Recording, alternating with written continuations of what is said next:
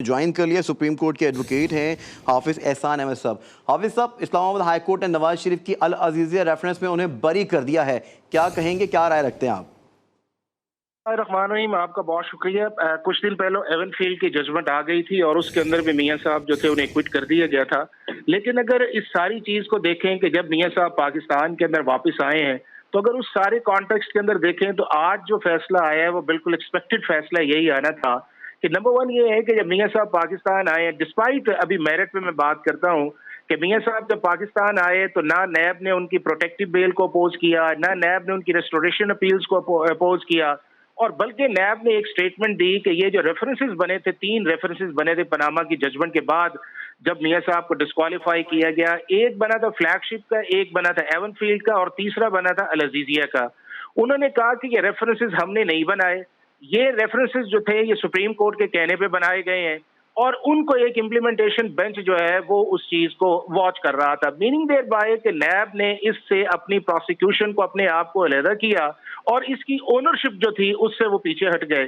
तो जब किसी भी क्रिमिनल जस्टिस सिस्टम के अंदर आपकी प्रोसिक्यूशन ओनरशिप भी न ले, पीछे भी न हटे, तो फिर चीजें जो है वो आपकी स्ट्रॉन्ग और ओनर हो जाती हैं। अब एवन फील्ड की तरफ आया जाए तो एवन फील्ड का फैसला जब 2022 के अंदर आया था तो उसके अंदर जब मरियम साहिबा को और कैप्टन सफदर साहब को बरी किया गया था तो बड़ी स्ट्रॉन्ग ऑब्जर्वेशन आई थी हाई कोर्ट इस्लामाबाद की कि इसके अंदर बड़े लैप्सेस हैं, कोई ऐसी चीज रिकॉर्ड में नहीं आई, प्रोसिक्यूशन फेल हुई है और जो जजमेंट है वो एक कॉपी लगता है नैब की आर्गुमेंट्स की, और नैब ने उस अपील को सुप्रीम कोर्ट में चैलेंज नहीं किया था। अब यही चीजें जब एवन फील्ड के अंदर आए तो यही आर्गुमेंट्स आए और नैब ने उसको डिफेंड भी नहीं किया और चीजों के अंदर सीरियस लैप्सेस भी थे, तो मियां साहब उसके अंदर क्विट भी हुए।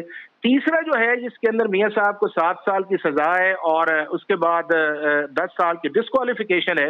इस केस के अंदर 2 चीजें बड़ी इंपॉर्टेंट है। एक तो ये था कि बुनियादी तौर पे ये केस अपार्टमेंट्स का जो था वो तो एवन फील्ड में एक्विट हो गए, तो अल अजीजिया तो उसका एक ऑफ शूट था और उस ऑफ शूट के अंदर नैब जो था वो बुरी तरह फेल हुआ इस चीज के अंदर कि मियां साहब को कनेक्ट किया जाए विद अल अजीजिया जी, या मियां साहब के मुतालिक ऐसी corroborative एविडेंस आए कि जिससे साबित किया जाए कि अल अजीजिया के साथ उनका ताल्लुक है। अब यही 2 चीजें जो हैं वो इस्लामाबाद हाई कोर्ट ने आज भी पूछी, जिसपे पहले नैब ने कहा कि इसको रिमांड कर दिया जाए, अदालत उसको मानी नहीं है पिछली डेट के ऊपर, हालांकि डिफेंस साइड मानी थी। आज ये हुआ है कि नैब ने फिर दोबारा कहा है कि इसको रिमांड किया जाए और डिफेंस ने कहा है कि नहीं आप इसका फैसला ठीक करें। है, ना ही तो नैब ने चैलेंज किया, ना ही नैब ने डिफेंड किया। यहाँ साथी साथ मौजूद थे हाफिज एहसान उल्लाह जो कि एडवोकेट हैं सुप्रीम कोर्ट के। आपका भी शुक्रिया।